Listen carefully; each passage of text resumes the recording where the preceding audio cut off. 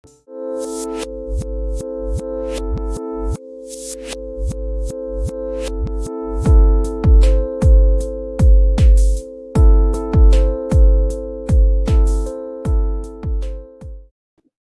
what's up, guys? Thanks for checking out the video tonight. It is Friday evening, January 22nd. We got the NFC and the AFC Championship games this weekend. We got the Kansas City Chiefs hosting Buffalo, and we got the Green Bay Packers hosting the Tampa Bay Buccaneers. So super excited about the games this weekend. We got the old quarterbacks up in Green Bay. We got the young guns over in Kansas City. So this is a really fun matchup. I'm super excited about both these games this weekend. We should get two of the best games that we've probably seen in the last few months or so. So I'm super excited about that. We're going to hop into a screen share here. We're going to preview both AFC and NFC Championship games. I do have the link in the description below if you wanted to check out the fantasyfellowship.com. I've been doing this all season here for the last couple of years now. So it's just a habit of mine to do these start-sit charts and kind of just talk through these games. We got some stats to look at too. And both these teams actually played each other back in week 6 of the regular season. So that's really interesting. So if you're new to the Fantasy Fellowship, the .com, the YouTube channel, go ahead and check us out. Again, link in the description below will get you to this page here. Subscribe to the YouTube channel. Quick plug for myself here. We're at 188 subscribers. I'd love to hit 200 by the end of the month here. So if you could be a pal, that would be fantastic. But enough of that. We are looking at the start-sit charts here. I also have a link to the practice reports, which is very important. I did cover some of this on Wednesday night as well, so you can check out that video as well.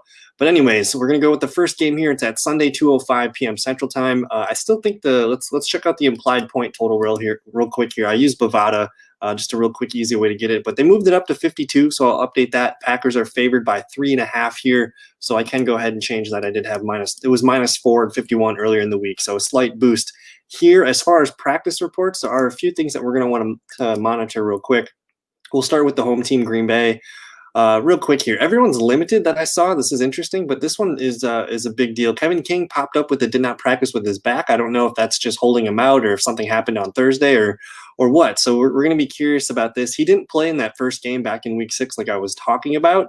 And then Kingsley Keke, we're assuming, he's already ruled out here. So they're not going to have one of their good depth pass rushers here. But Kevin King, that's the name to monitor here. It looks like everything else is going to be on track here. So if they don't have their number 2 cornerback, we'll see what happens in that game. And then on the Tampa Bay side, I know Antonio Brown's already been ruled out. We saw Bruce Arians come out and say that today. You see, did not practice all week. He's been ruled out with a knee injury. A couple guys here to monitor with did not practices. You got Jason Pierre-Paul not practicing all week. I think they left the window open for him to play, but you don't like that, not practicing all week. We'll see if he can go. So that's going to be, an hour and a half game time decision before the kickoff there. And then Antoine Winfield Jr. here did not practice. This is kind of like the Kevin King situation. I don't know what's going on here. He's questionable with an ankle. So he's going to be another piece that we're watching. So Jason Pierre-Paul, Antoine Winfield Jr., and then Kevin King on the Packers side. We'll be watching their game day reports. Otherwise, everything else looks pretty fine here. Both teams are relatively healthy. You see Ndamukong Suh just get the day off there. So I like that. And then I did mention at the beginning here, these teams played each other back in week 6. And this was quite the interesting game here. The Packers go up 10-0 in the first quarter. Aaron Rodgers throws a pick 6, and then he throws another pick. So he basically just yields 14 points right away, and Tampa Bay is able to win 28-0 in the second quarter. So that's a huge turnaround of events there. I think it was Aaron threw 2 interceptions in 3 straight passes. So kind of a crazy outcome there.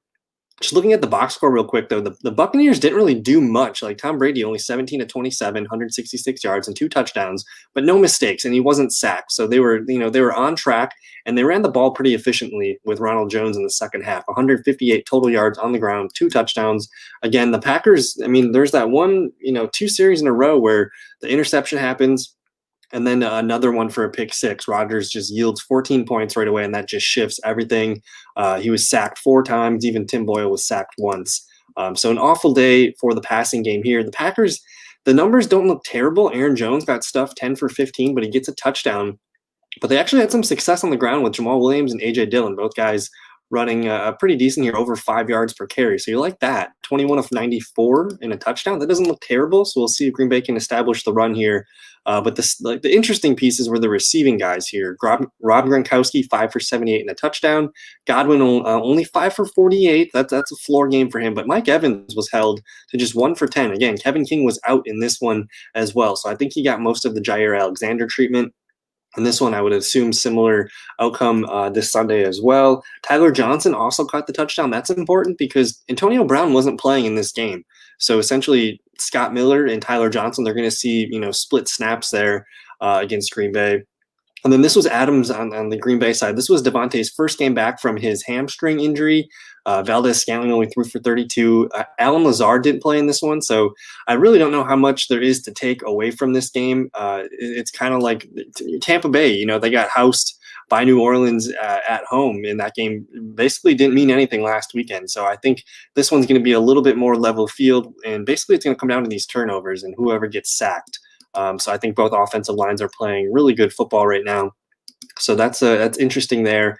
Now, just looking at the start-sit charts real quick, if I'm just looking at this game only, I'm taking Aaron Rodgers MVP at the moment right now. I'm going to go with Rodgers. I think if the Buccaneers are going to win, it's going to be with success on the ground. So that means more Leonard Fournette, more Ronald Jones. Now, I wanted to pull up the snap counts from last week.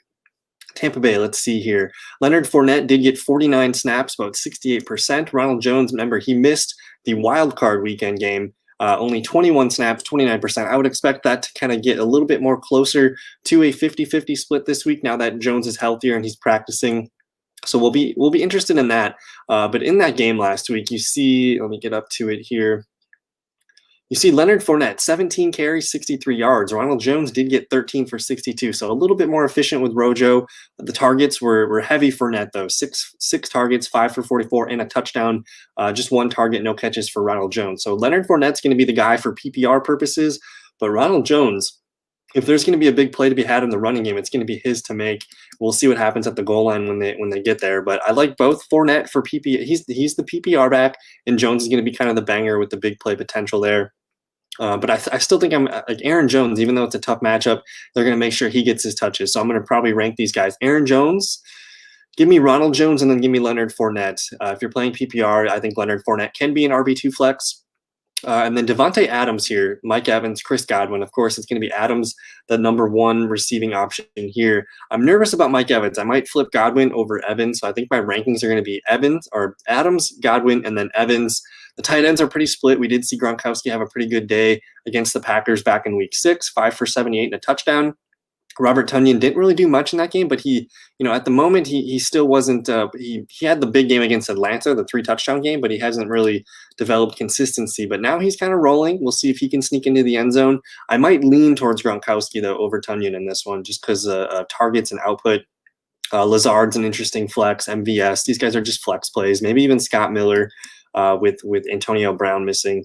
So I'm going to take I'm taking the Packers defense. I actually like this for them to cover. I know you can take the money line minus 190 here straight up for Packers to win. I don't know if I feel great about the spread. I do think the Packers could win by up to a touchdown. But the Buccaneers are going to be pesky. They're going to take their risk and they're going to try to get ahead early.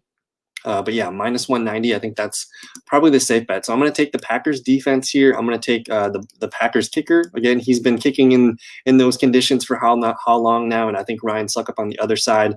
If the Bucs need to win, they need to score touchdowns, not field goals. So we're going to go with the Packers defense and their kicker. We'll just leave Jamal Williams on the bench now. But I do have some stats here pulled up. This is from the regular season. This is based on PPR points. So the Packers, man, their defense has been pretty stout against quarterbacks, receivers, and tight ends, which basically goes against all the studs there on Tampa Bay sides, besides the running backs here, which is kind of why we like Ronald Jones and Leonard Fournette.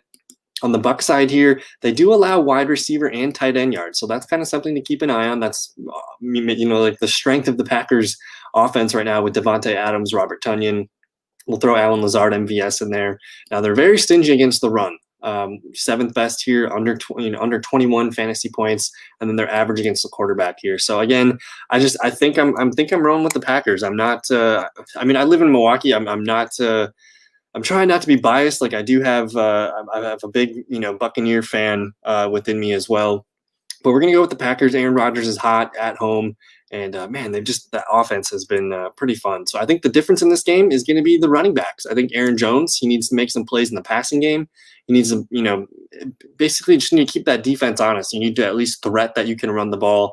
I think that's the same with the Buccaneers side here. Fournette, Ronald Jones, those guys need to get good yards on first and second down to keep that offense rolling. So Antonio Brown, again, I already said he's ruled out. Let me refresh this real quick. So yeah, I moved him out of here. But Packers-Bucks, super exciting game. I think I'm going to be going over my prop bets tomorrow, but let's just click into this real quick. I'm just curious to see if anything sticks out on the Bovada website. And I do have a link in the description below if you want to take advantage of some of these bets. You would get a 50% deposit bonus on Bovada here.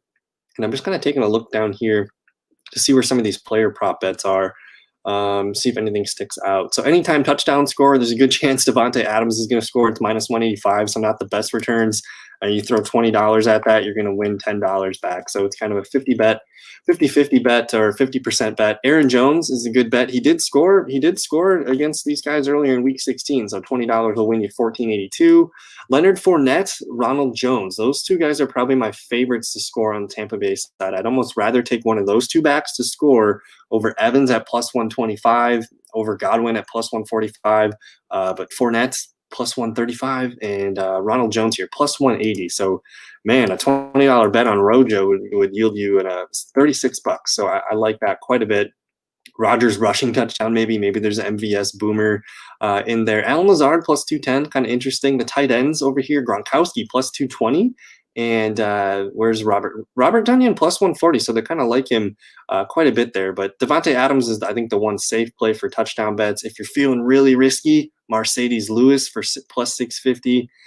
Could be like a Cameron Brate game. It could be Scotty Miller again. Tyler Johnson even scored back in week 6. So we'll look at this a little bit more in detail tomorrow morning on the live stream here. But let's pop over to the Buffalo Bills and the Kansas City Chiefs. Let's see. I just want to pull up those over-unders and stuff real quick. So this game, 3.5-point favorites for the Chiefs. This game is set at 54 implied total points. The Chiefs are minus 175 to win. So they're almost feeling better about the Packers winning than they are about the Chiefs. So that's kind of interesting. Again, 54 implied point total. I'll move that to 3.5. So let's check out the practice reports real quick. I know we've been kind of nervous about Mahomes all week, but it looks like he's going to play. He's been limited in 3 straight days. He's technically still in the concussion protocol, but it sounds really optimistic. So we're going to see Mahomes. This one's kind of interesting. Le'Veon Bell not practicing 2 straight days with a knee. Rashad Breeland concussion here. It looks like he's limited, though. Good chance to play. The fact that he's not labeled out yet is a good sign on Friday. Willie Gay here is going to be ruled out. I don't know if he's a starting linebacker or a rotational linebacker. Sammy Watkins, this one's going to be interesting. He's questionable with a calf. He missed last week as well, but he got in limited practices this week, so he's on track. So nothing concerning here. We'll see if Clyde Edwards-Helaire plays. They held him out last week. Could be a nice running back split there between Edwards-Helaire and Darrell Williams. On the Buffalo side, real quick, let's see here. This looks really good for Buffalo. Nobody's not practicing today. Really good sign here. I think Buffalo is probably the healthiest of the 4 teams this weekend, so you'll love that if you're a Buffalo fan. Now, so I had that in red here. So we're watching Clyde Edwards-Helaire. We're watching Sammy Watkins. Those are the 2 guys that are questionable heading into the game. I think Le'Veon Bell might, even if he does play, we're not going to use him for fantasy, but I did highlight here the fantasy points allowed by the defenses. The Chiefs allow running back points, and the Chiefs allow tight end points, and also the Bills allow a good amount of tight end points, but they're both pretty locked down against the wide receiver, both top 5 at the position, and kind of in the middle of the road here for quarterbacks. Before we mention anything for this game, though, let's just take a peek at this box score from week 6. Again, it's kind of funny. Both of these games happened in week 6, with Kansas City taking this one 26-17. This one was kind of closer than the score looks, I think. But for the most part, this was that one game that got postponed, and I think it might have been Monday or Tuesday afternoon it was played on. It was a rainy game up in Buffalo, too. You see Josh Allen only 14-27, 122 yards, and 2 touchdowns. He's going to play better than this. I don't expect this kind of offensive output from the Buffalo Bills. Josh Allen was the leading rusher, 8 for 42. Singletary and Moss just combined for 42 yards on 15 carries. So I do think that if Buffalo plans to pull this thing off, we need to see them attack this Chiefs 25th ranked rushing defense here for PPR points. Stephon Diggs, Cole Beasley each caught a touchdown, but there's nothing else. Like nothing else really worked. Again, it was a rainy day, and the Chiefs, man, they just kept running the ball with Clyde Edwards, 26 carries, 161 total yards. Darrell Williams even rushed for a touchdown. Mahomes 10 for 36. Nothing really crazy in the passing game though. You see Kelsey 5 for 65 and 2 touchdowns, but they held Tyreek Hill to 3 for 20. Demarcus Robinson 5 for 69. Mecole Hardman he got 1 target, no catches. So the Bills defense actually played fairly well against these guys. This was a big field goal game, I think, for Harrison Butker. Let me roll down here. So Butker, he did hit 2 field goals, 2 for 3 on extra points. So I don't know. I don't really know how much there is to learn from this game because I know the Bills were missing a couple of starters on defense. Also was that weird rain game, and just the COVID situation was kind of going on, and things were, this wasn't a normal game. So we'll see what happens this weekend. But man, how do we rank these guys? Josh Allen or Patrick Mahomes? I think I'm taking Josh Allen. He's healthy. We know Patrick Mahomes is going to play. I just wonder if that concussion has any lingering effects or makes him hesitate or anything like that. And I just think if the Chiefs are going to win the game, you're going to see Josh Allen have to keep scoring and try to play keep up. So either way, I think I'm taking Josh Allen over Patrick Mahomes for quarterback in this one. For receiver, Stephon Diggs, Tyreek Hill. I think I'm going to go with Stephon Diggs. Just because he is the clear alpha of that pass catching group. Whereas with the Chiefs, I think I'm leaning towards Kelsey. If tight end play, Kelsey is the easiest smash of the weekend here. So go Kelsey, go Diggs. And then I think John Brown, man. John Brown had himself a pretty nice day last week. Let me just pull up those numbers real quick. We'll take a peek here at the box score. Where are we? Buffalo versus Baltimore. So it's interesting because we haven't really seen Buffalo have to do much this postseason yet. They kind of they kind of backed into a win against the Colts, and then against the Ravens here, their defense just played so well, so they didn't really have to step on the gas. So you see John Brown, 46% of the snaps. That's the second most at receiver. Cole Beasley and Gabe Davis both got some run, about 50% each. But in terms of stats, John Brown was really effective. He had 11 targets, 8 catches, and 62 yards. The next closest guy, Diggs and John Brown each had 11 targets, each had 8 catches. And then Singletary was the next targeted guy with receptions here, both at 3. So I do think John Brown is going to show up as a veteran playmaker here. You could, flex Cole Beasley. I'm interested in Devin Singletary as a running back. I might even move him up to RB2.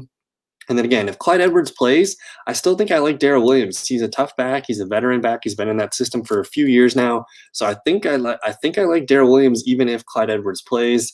If you're picking a defense for the weekend, I think just go with the Packers defense. I think this game could get, again, even Vegas thinks that this game is going to be a little bit higher scoring by a field goal or so. So I'm going to say not excited about the defenses here. Harrison Butker is probably my preferred kicker. And then we're just going to leave the rest of these guys on the bench here. And then if you're interested, I do have these guys ranked down here, fantasy rankings at the bottom of the page. I might tweak a little bit of these. I might even move Darrell Williams above Clyde Edwards. Something like that. So I have everything ranked here for you guys, even defenses and kickers. So if you want to check that out, please do. I also, I covered this for another 20 minutes on Wednesday night. So if you're interested in hearing some of those thoughts, it might be a little bit repetitive, but it's all there for you. And then I got the Bovada link here if you want to get into some prop bets. And then I think I'm going to, after this video, if you're interested, I might do another drafters draft for the weekend. So if you want to check that out next, drafters.com. This is a place where you can do some DFS daily stuff. Kind of fun. So I'll record that video right after this. But I don't know, man. Super excited about this weekend's championship games. I hope you are too. If you made it to the end, don't forget to like the video. Leave me a comment. Give me some predictions. What's the score? Who's winning? What do you got? But anyways, thank you guys. Have a good rest of your weekend. And we'll see you in another video. Peace.